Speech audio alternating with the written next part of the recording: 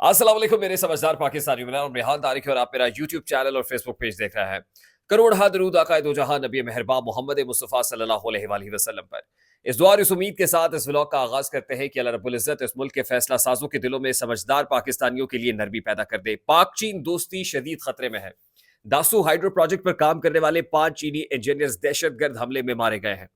ये वो 5 चीनी दोस्त हैं जो एक ड्राइवर समेत गाड़ी में बटग्राम से दासू जा रहे थे कि शांगला के इलाके बशाब में दहशतगर्दों ने बारूद से भरी गाड़ी को चीनी इंजीनियर्स की इस गाड़ी से टकरा दिया, जिसके नतीजे में 5 चीनी इंजीनियर्स और एक पाकिस्तानी ड्राइवर जाँ बहक हो गए हैं। ये वाकया इंतहाई गैर मामूली है। इस वाकये की फौरी बाद वजीर आजम पाकिस्तान और वजीर दाखिला पाकिस्तान चीनी एम्बेसी पहुंचे और चीनी सफीर से इजहार ताजियत और इजहार यकजहती किया है।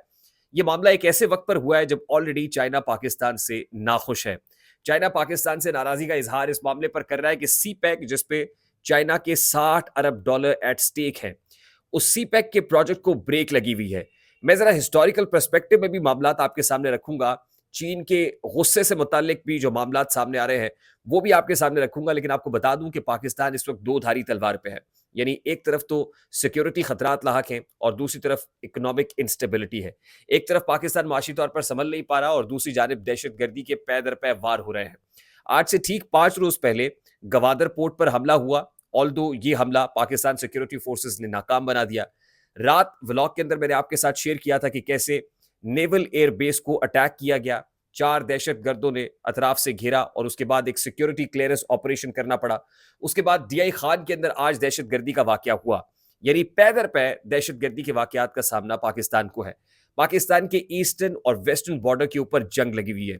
वो ईरान स्पॉन्सर्ड बीएलए अटैक्स हो या रॉ स्पॉन्सर्ड बीएलए अटैक्स हो या फिर अफगानिस्तान स्पॉन्सर्ड टीटीपी अटैक्स हो, हर तरफ से पाकिस्तान घिरा हुआ है। As far as China is concern, तो आज से चंद रोज पहले मैंने आपके साथ ये स्टोरी शेयर की थी। एक्सप्रेस ट्रिब्यून ने, शहबाज राना साहब ने ये स्टोरी पब्लिश की थी, जिसमें बताया था कि पाकिस्तान ने चीन के 493 अरब रुपए जो देने हैं, जो वाजिबुल अदा है सी पैक वाले मामले पर, वो देने से इनकार कर दिया क्योंकि पाकिस्तान इस वक्त इतनी भारी रकम अदा करने का मुतहम्मिल नहीं हो सकता। इसके अलावा जो पावर प्रोजेक्ट्स वहां पर लगे हुए हैं उसकी गर्दिशी कर्जे की मद में गुज़श्ता माली साल की निस्बत अब की बार 77% इजाफा हो गया है। और पाकिस्तान ने फॉर्मली गुज़श्ता रोज चाइना को आगाह कर दिया था कि पाकिस्तान इस वक्त इस पोजीशन में नहीं है कि वो पैसे अदा कर सके। यानी सी पैक को ऑलरेडी बहुत सारे चैलेंजेस का सामना है और चाइना इस प्रोजेक्ट की सुस्त रवि पर पाकिस्तान को कसूरवार, पाकिस्तान को जिम्मेदार ठहराता है। और दूसरी तरफ अमेरिका है जो नहीं चाहता कि बेल्ट एंड रोड इनिशिएटिव पाए तकमील को पहुंचे। इंडिया नहीं चाहता कि सी पैक का जो प्रोजेक्ट है वो पाए तकमील को पहुंचे, बल्कि पैरेलल इसके काउंटर में इंडिया एक अपना जो मेगा रोड इनिशिएटिव है वो शुरू कर चुका है और उसमें अमेरिका भी ऑन बोर्ड है। अब रोड टू ज़ाहिर है मक्का प्रोजेक्ट भी अपनी तरफ है, एक तरफ है एक मेगा प्रोजेक्ट ऐसा है जो इंडिया शुरू कर चुका है और दूसरी तरफ बेल्ट एंड रोड इनिशिएटिव का जो प्रोजेक्ट है पाकिस्तान के अंदर, वो बीच मंझधार के हिचकोले खा रहा है। मैं आपको ये बताऊं कि 14 जुलाई 2021 को दासू पावर प्रोजेक्ट पर काम करने वाले 9 इंजीनियर्स पाकिस्तान में मारे गए थे। उस वक्त भी तकरीबन 19-20 इंजीनियर्स की बस थी जो दासू पावर प्रोजेक्ट पर काम करते हैं। वो प्रोजेक्ट की तरफ जा रही थी कि जिस वक्त उस बस को हादसा पेश आया, एक एक्सप्लोजन हुआ और एक्सप्लोजन के बाद वो बस गहरी खाई में जा गिरी, जिसके नतीजे में बस में सवार 9 चीनी इंजीनियर्स मौके पर जाँ बहक हो गए, जबकि 14 इंतहाई जख्मी थे। इस मौके पर पाकिस्तानी हुक्काम का जो मौक़िफ़ सामने आया था वो ये था कि बस में कोई टेक्निकल फॉल्ट हुआ, जिसके नतीजे में एक्सप्लोजन हुआ और उस एक्सप्लोजन के नतीजे में बस अपना तवाज़ुन कायम नहीं रख पाई। लेकिन दूसरी तरफ तर्जुमान दफ्तर खारजा चाइना की तरफ से जो स्टेटमेंट सामने आया, उसमें वाज़े तौर पर टेररिस्ट अटैक की बात की गई। उसके बाद जो रिलीज़ चीन की तरफ से इशू की जाती है, उसमें वो टेररिस्ट अटैक को जो है वो निकाल दिया जाता है पाकिस्तान के कहने पर। लेकिन चीन में शदीद तशवीश पाई जाती है और इंतहाई सख्त तर्जुमान दफ्तर खारजा के रिमार्क्स होते हैं कि पाकिस्तान को चीनी इंजीनियर्स की सिक्योरिटी को मुमकिन बनाना होगा। ये यकीन दहानी पाकिस्तान को करानी होगी। उसके बाद एक अरसे तक दासू पावर प्रोजेक्ट के ऊपर, दासू हाइड्रो प्रोजेक्ट पर काम बंद रहा, ठप रहा। उसके बाद ये काम रिज्यूम हुआ तो चीनी इंजीनियर्स को ज़ाहिर एक डिप्लोमेटिक एंगेजमेंट के साथ पाकिस्तान की सिक्योरिटी इस्टेब्लिशमेंट ने, पाकिस्तान की हुकूमत ने बहुत यकीन दहानी कराई, बहुत तरले मिन्नतें किए और उसके बाद ये प्रोजेक्ट रिज्यूम हुआ।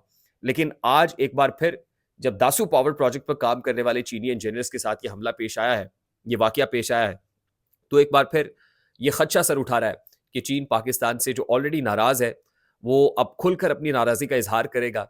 वो चीनी बाशिंदों को पाकिस्तान से वापस बुलाएगा फ़ौरी तौर पर, और पाकिस्तान में जो चीनी इंजीनियर्स इन्वेस्टमेंट प्रोजेक्ट्स के ऊपर काम कर रहे हैं, बहुत सारे एनर्जी प्रोजेक्ट्स पर चीनी इंजीनियर्स काम कर रहे हैं। यकीनन वो जब वापस जाएँगे तो पाकिस्तान के लिए एक बहुत बड़ा सेटबैक भी होगा, और ऐसे मौके पर जब पाकिस्तान को एक्सटर्नल डेट पेमेंट्स करनी है, चीन से रोल ओवर भी चाहिए है। चीन के जो पैसे हैं उनसे एक्सटेंडेड फंड फैसिलिटी भी चाहिए।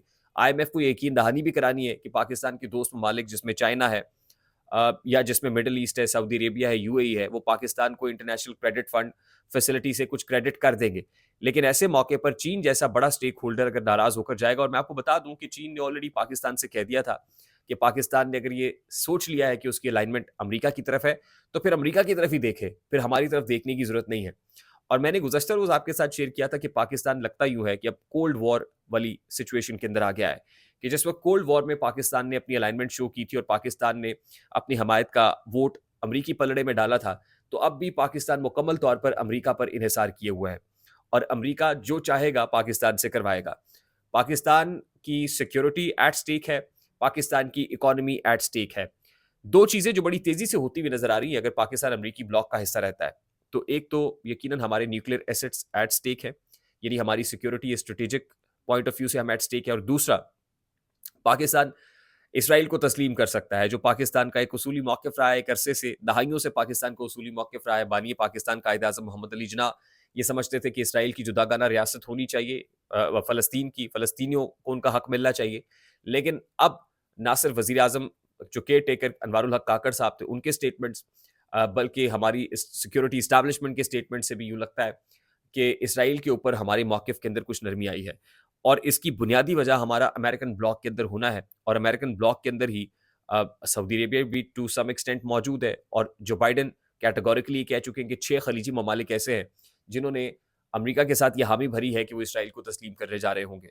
उसके साथ-साथ जो यूएन सिक्योरिटी काउंसिल की रेज़ोल्यूशन है फ़लस्तीन और इसराइल के दरमियान सीज़ फायर को लेके, वो कल पास हुई है, और बाइडेन ने कहा था कि सिर्फ़ ये जो इसराइल-फ़लस्तीन कॉन्फ्लिक्ट अगर बीच में ना आता, तो ये 6 मिडल ईस्टर्न कंट्रीज़ इसराइल को तस्लीम कर चुके होते। अब अगर ये कोई बर्फ़ पिघल, यानी ये आग ठंडी पड़ती है जो इसराइल और फ़लस्तीन के माबैन है, तो यकीनन मामला इस तरफ बढ़ सकता है। फिर ये जो टू स्टेट थ्योरी है, ये टू स्टेट रेज़ोल्यूशन वाला मामला है, उस तरफ बढ़ते हुए पाकिस्तान को भी इसमें मिलाया जा सकता है, पाकिस्तान का मौक़िफ़ भी इसमें शामिल किया जा सकता है।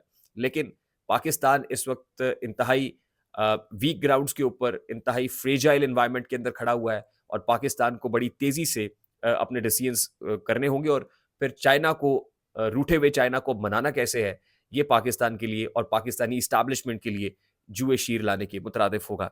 आई एम श्योर कि पाकिस्तान के हक़ में जो भी हो, वो बेहतर होगा, लेकिन पाकिस्तान की अथॉरिटीज़ को, फैसला साज़ों को भी अ, जोश से नहीं बल्कि होश से काम लेना होगा। आई होप मेरी बात आप तक पहुँची होगी, अगर पहुँचे तो वीडियो को लाइक और शेयर करना मत भूलिएगा। चैनल पे नए हैं तो चैनल को सब्सक्राइब कर दीजिएगा, बेल आइकन ज़रूर दबाइएगा। मुझे रेहान तारिक को इजाज़त दीजिए, अपना बहुत सारा ख़्याल रखिएगा। अस्सलाम वालेकुम।